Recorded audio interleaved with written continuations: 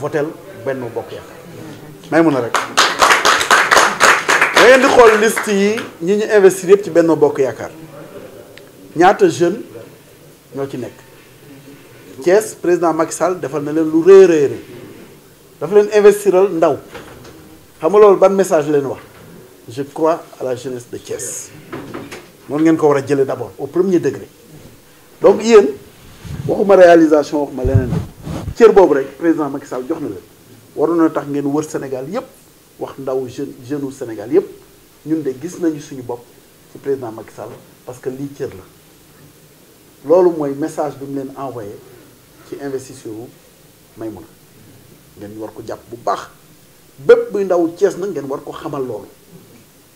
parce que bu leen fonkul woon bu leen gëmul woon du jukki Maïmouna ndaw yu mel ni moom bari nañ ci biir Sénégal département yu nekk am na mais moom la jukki ak ñeneen am na feneen waaye ñun daal jukkil nañu ñun jeune man parce que yéen ci man ci yéen la ñun jeune jukkil nañu may gërëm nag tam suma xarit suma doom ndey Babacar Fall damay faral di wax ni Babacar fu ma dajeek nit ñi dinaa leen wax di tax ma ñëw ci moom Babacar kii nii dafa nekkoon ci mbiram de di liggéey président di gis d'abord li muy liggéey ngir Sénégal waxuma pour politique de liggéeyul woon politique de doomu Thiès la bu gëm boppam di liggéey ngir développement wu Sénégal Babacar amul fu mu dul liggéey fu mu liggéeyul woon président Macky Sall ci boppam moo ko woowal boppam ni ko gis naa li ngay liggéey biir Sénégal yépp dama bëgg nga jàppale ma ca la ngay liggéey biir Sénégal mais nga jàppale ma ci politique mu nangul ko gor mooy def loolu président joxu ko dara day liggéey ngir Sénégal mu woo ko ni ko dama bëgg nga jàppale ma deuxième confiance bu mu def doomu Thiès dama bëgg nit ñi xam ni président fàttewul waa Thiès parce que dañ leen bëgg a gëmloo ni dafa fàtte waa Thiès deuxième confiance bu mu def doomu Thiès ma wax ko ni ko dama ànd ak président Genève mu recevoir ma audience ma ni ko président dama bëggoon dama doon mënuma loo yow la may dee ñu wax lu bëre ma ne ko président ma ne ko naam wóolu nga ma may liggéey ci wàllu développement lépp mais dama bëggoon nga may ma autorisation parce que li may liggéey dafa sensible balaa maa sóobu dama ko war laaj ma ne ko dama bëggoon nga ñaan may ma autorisation ma nekk ci gannaaw nit ñi di jàppale Thiès politiquement mun ma aaway ma ne ko waaw mun ma may naa la ko mais dama bëggoon boo demee am na ku ñuy wax Babacar Fall ma ne ko xam naa ko mun ma dama bëgg nga lëkkaloo moom ma wàcc audience bi il faisait 2 heures du matin à 1 heure du matin à Genève le décalage était de 2 heures ma woo Babacar ci maa ko yee je confirme maa ko yee ciy nelaw ma ne ko lii ma dégg lu baax ci yow mu jóge ci njiitu réew mi munuma la ko bañ a yeggee ci guddi gi man maa ko wax loolu parce que fekk xamoon naa lu bëri ci moom waaye président wax ma loolu ma ni kii nag ku jar a jàpp la ma bëgg leen ko servir comme deuxième modèle premier modèle a ngi nii deuxième modèle a ngi nii ñeneen ak ñeneen ak ñeneen ils sont des dignes fils de Thiès doy nañ modèle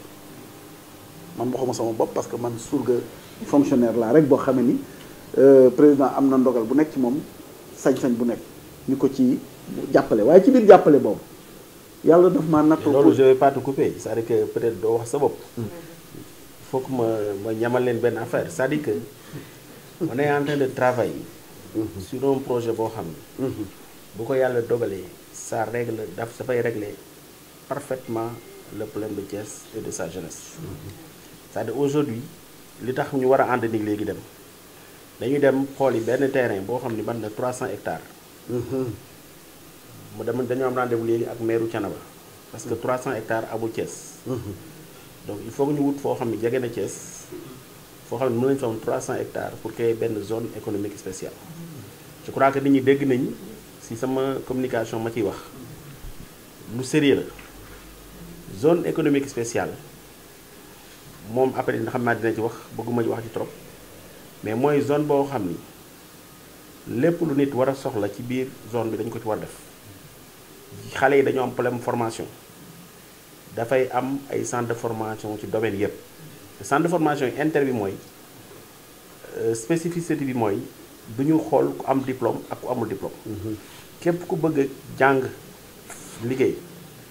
formation yi école bi dafa am droit dafa am devoir pour jàngal la bu loolu weesoo dinañ fay créer unité industrielle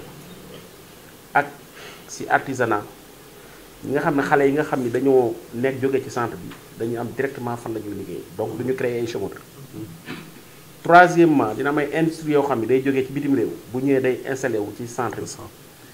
c'est foofu noonu zone économique spéciale la ça veut dire que amul douane amul impôt amul dara donc li ñuy liggéey dinañ mën a compétitif pour mën ko vendre pour mën ko jaay à l'extérieur. Tout à fait. du ñu yem foofu ci biir zone économique sociale bi dafay am tout ce qui est loisir avant loisir même je veux parler de l'agro-industrie. dina am agro-industrie ça veut dire que dañuy bay te bu ñu bayee ñoo koy transformer suñu bopp donc dafay am ay usines yoo xam ne dañuy def agro-industrie. dina am loisir c'est-à-dire que je veux que mu nekk centre boo xam ni day am tout ce qui est loisir sport yëpp daf ci war a am donc football natation tout parce que nit ñi ay xale lañ. xale bu liggéeyee pare wala bu jàngee pare dafa war a def sport dafa war may loisir dafa war may restaurant dafa war a am lépp loo xam ne nit ki bu fa duggee war na yëg ni moom mii vraiment mi ngi ci yoonu émergence. donc loolu moom mooy li tax ñuy yëngatu actuellement politique politicienne bi nga xam ne nit ñi dañ ko doon def ay waxu kese loolu ñun duñ ci dox donc ñun nit ñi dañoo am beneen ligne bu ñuy dox tey loolu bu ñu ko tegee sur ces 300 hectares objectif bi mooy chaque 2 ans 4000 xale génn ci en formation 4000 xale yooyu dañuy dem directement en boulot et que nous allons créer même benn hub boo xam ni dafay servir en Afrique et dans le monde ay ouvriers spécialisés parce que aujourd'hui le monde a besoin d'ouvriers spécialisés tey tolloogu leen ci tabax mais tey boo doon tabax dañ naan dem wuti maçon bu ñëwee mënoo koo xam ndax mën na maçon wala mënul maçon mën nga sax jox ko sa ciment mu yàqu wala nga jox ko sa électricité mu tabaxal la kër après kër gi di tàkk wala ndox mi di sointé donc loolu mooy développement donc lii ma leen wax nii c'est pas des rêves ay yeneen dëkk def nañ ko ñun mën nañ ko def. on a la volonté de le faire. et li ma lay wax nii déjà y a beaucoup de bailleurs de fonds li may wax nii moom xam na ko y a beaucoup de bailleurs de fonds comme ñun ci économie la ñu liggéey. am na bailleurs de fonds yoo xam ñi bëri bëgg nañ ko d'accord nañ ci. il suffit tout simplement ñu am volonté ñun waa Thiès ñu def parce que état bi am na volonté dimbali. loolu bu ñu ko defee ñun Thiès dañuy nekk benn ëpp presque dans le Sénégal et benn ëpp dans le monde donc loolu laa bëggoon yokk xam naa ne loolu du ko wax. donc ci loolu lañu nekk actuellement. Très bien. Alors Babacar crevé comme on dit crevé na abcès bi parce que dañ ko naroon denc secret mais lu tax ñu denc ko secret c'est pas parce que dañ ko bëgg a denc rek dañuy jóg nii dem doxi ko léegi nii bu ñu paree fii Thiénaba lañ jëm bu ñu demee lii nii du loo xamee ni dafa dul nekk de xanaa yàlla ni du nekk mais man ak moom dañoo décider dañ koy def man pourquoi ma koy def parce que man ci biir document bii dama ko fi wax fii ce document là mu ngi génn démb quand les réalisations parlent lépp li président Macky Sall def document bi dañ ko concevoir mu ngi fi ma jox ko l'honorable député dinañ leen ci indil fii ak ngoon danaa ci indi une centaine d'exemplaires ngeen tas ko biir Thiès ngeen jàng ko ngeen tas ko parce que lii nii liñ ko defaree document bi ñu ko defaree Birane ak Assane mi jël nañ ko def ko ay brochure photocopier ko ma jox leen ñu jox ma corriger ko loolu la ñuy distribuer ci dëkk bi yëpp mu ngi nii beneen forme lañ ko defaat nii rek bu gën a naajal document wu bu Birane ak bu Assane bi mais li nekk fii mooy li xaw a nekk ci document wu Assane bi dañ ko résumé woon waaye document bi génn na bi premier exemplaire yi ñu ngi nii président sax dama ko fa donc document bi dañ leen ko bàyyee képp koo xam ne yéen ay intellectuel ngeen di nga ci am loo ci mën a jukki ci fànn bu nekk ci wàllu social wàllu santé éducation lépp daal mu ngi fi lépp mu ngi fi outil bu baax la beneen mbir mi mooy li Babacar wax ci zone économique spéciale bi gis nga dëkk yëpp ci àddina li leen doxal loolu la emploi mënuñu ko régler te régler wuñu affaire industrie or le potentiel mu ngi ci dëkk bi zone économique spéciale bu Diass bi naam Sénégal la bokk parc industriel bu Diamniadio ci plan Sénégal émergent la bokk te wax nañ ko ba première entreprise yi léegi ñu yegg si mais dañoo décider ñu ni man damaa gunge le maire de Sandiara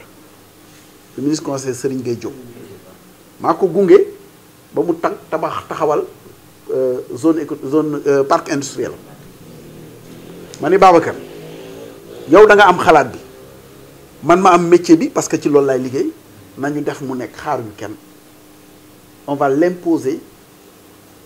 à l'État du Sénégal te lu waxuma ni lu mën a nekk la bu neexee yàlla luy nekk la ma ne ko Babacar dañuy def pose première pierre bi dañ koy def nii ci biir campagne bi on organise notre cérémonie qu'on veut woo ñëpp suñuy am di jàmm suñuy mbokk ñu def ko mais dama leen bëgg a wax rek benn mbir bu ndaw moom Thiès commune de dëkk man ma dëkk Thiès commune kii dëkk Thiès commune yéen ñii am soxla formation ak liggéey ngeen dëkk Thiès commune mais loolu mënuñu ko def Thiès commune xam nga lu tax parce que moomuñu commune bi man tey mënuma convaincre benn maire de commune d'arrondissement mu may ma 1 hectare pour ñu def loolu nga xam ni pour askan bi la parce que bu ma ñëwee di ko wax mu ni ma non faroo ma ak yow et puis loolu boo ko bu ñu ko defee fii ci réalisation Macky Sall lay dugg te defar fii réalisation Macky Sall arrangé wu ko lu tax ma wax loolu d'ailleurs da ngeen di xool benn exemple bii référendum bi jotee dans le cadre d'un des projets maaleykum salaam président indi woon na fi ay benn à ordure UDR benn à ordure bi ñu ko indee xam nga affaire ordure ak l'acte 3 de la décentralisation c'est une compétence transférée donc communes yi ñoo ko moom état bi tam wala may mun a mii mënu la jóg dem di laal mbalit bi donc ba ñu indee benn yi ñu jox ko maire yi 3 maires yi d'arrondissement yi maire yi d'arrondissement yi dañ ko tëj bàyyi ba événement bi jàll ñu génne ko jox ko population yi di leen gis ngeen li ñu leen defal alors que ci état la jóge donc parc industriel bi tey ñun mënuñu bëgg nañ ko def pare nañ pour def ko am nañ process yi Babacar dépense nañ xaalis bu am solo pour ñu def études yi partenaires yi pare nañ ñi ko war a tabax ñi ko war a financer mais ñu ngi obligé génn commune bi dem ba Thiénaba pour def ko dañ leen bëgg a wax rek enjeu yi fi mu nekk ngeen bàyyi ci conscience dëkk bi dafa war a nangu bopp président Macky Sall amul lu mu deful ci Thiès man xam naa ci dara je dis que Thiès c'est la première ville industrielle Thiès est la première ville minière Thiès est la première région minière Thiès est la première région énergétique bi ñu fi tabax ci ay centrales électriques à Thiès aux Andes la première ville touristique la première ville de pêche mais potentiel boobu yëpp dina fi nekk doomu Thiès di tumuranke y a un problème y a un problème mais problème bi mooy que dëkk bi dafa jëlul boppam lii nag du dara lu dul xam ni yéen a nekk ci terrain bi bu ngeen bëggee jàppale seen sœur bii da ngeen di am jumtukaay bërki démb laa dem nord ma wax ak ndaw ñi ma ne leen dama bëgg ngeen nekk ci terrain bi parce que président dafa wax lu leer nañ ba mu ñuy recevoir Babacar nee na caravane yi yeneen yëpp baax na mais proximité yi ngeen di privilégier le président a reçu tous les cadres de Thiès ma nga fa woon maa nga foofu loolu la wax mu ne leen privilégier seen proximité bu ngeen fa demee da ngeen a war a wax certainement les réalisations du président mais da ngeen war a wax nit ñi tam ban bulletin la ñu war a voter ak nan la ñuy voter y a 47 listes ñi bañ nit ñi votel Benno Bokk Yaakaar mën nañu doxal lenn lu simple daal ni booy jël 5 bulletins xam nga ci 47 nga jël war a ci jël 5 pour nga jël ba nga xam moo baax il faut nga gis ko gisaat ko looloo tax ma indi leen spécimen yi am na yeneen yuy ñëw am na yeneen yuy ñëw encore tas leen ko ci dëkk bi wan leen ko nit ñi ñu gis ko ba nga xam ne bu ñu duggee première chose te ngeen expliquer leen bu 47 bulletins yi nekkee nii balaa ñuy jël benn bulletin nañ dem ba ca bu chocolat jël ko ba noppi teg ko ci kaw da ngeen leen di wax lu leer teg ko ci kaw door a jël ñeent wala juróom wala lu leen neex dolli ci nga xam ne bu ñu duggee bu leen neex rek ñu jël 47 waaye la am solo rek da ngeen nan leen nañu dem ba ñuy war a njëkk a jël bu fekkee moo nekk ca fond ba nañu dox ba foofu jël boobu ba noppi teg ko bii nii dañ leen koy wax teg ko ci kaw ba noppi doole te bu ñu duggee ñu jël sànni boobu parce que système de vote bi dafa nar a métti. compliqué na. ça va être compliqué. bu ma gisee ay nit ñu engagé wu damay am benn plaisir boo xam ni du ma xam sax nu mu toll. et que la jeunesse c'est l'espoir. et que ñun ñi ñëpp tey bu ñuy yëngatu pour yéen la. heureusement nag comme ñi ngi yëngatu yéen tam yéen a ngi commencé di yëngatu vraiment loolu am nañ ci mbégte bu rëy. bon Thiès nag Thièsu ñëpp la. il faut ngeen bañ ñu leen di wax Thiès diwoo ko moom. parce que Thiès bu ko diw moomee yéen kon moo bokkatu leen Thiès parce que titre foncier la. donc il faut ngeen won nit ñi di titre foncier kenn da ngeen ci am wàll. donc da ngeen a war a bokk ci ñuy dogal ak ñuy teggi dogal ci biir Thiès. mais loolu li koy firndeel mooy seen engagement bu ngeen wanee seen bopp par exemple ci élection yi di ñëw mën naa yaakaar ni képp ku yaakaaroon ni moom Thiès dina ko wóor maintenant ni moomul Thiès Thiès am na borom comme yéenay borom da ngeen di wane seen bopp ni yéen a ko moom loolu rek laa leen demandé pour le moment bu loolu weesoo bu ngeen wanee seen bopp ni Thiès kenn moom ko dul yéen rek bu boobaa nañ mën a discuter franchement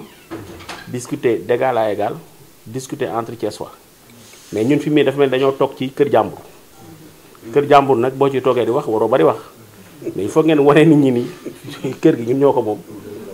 donc bu boobaa après dañ mën a discuter librement mais fi mu nii nous sommes pas libres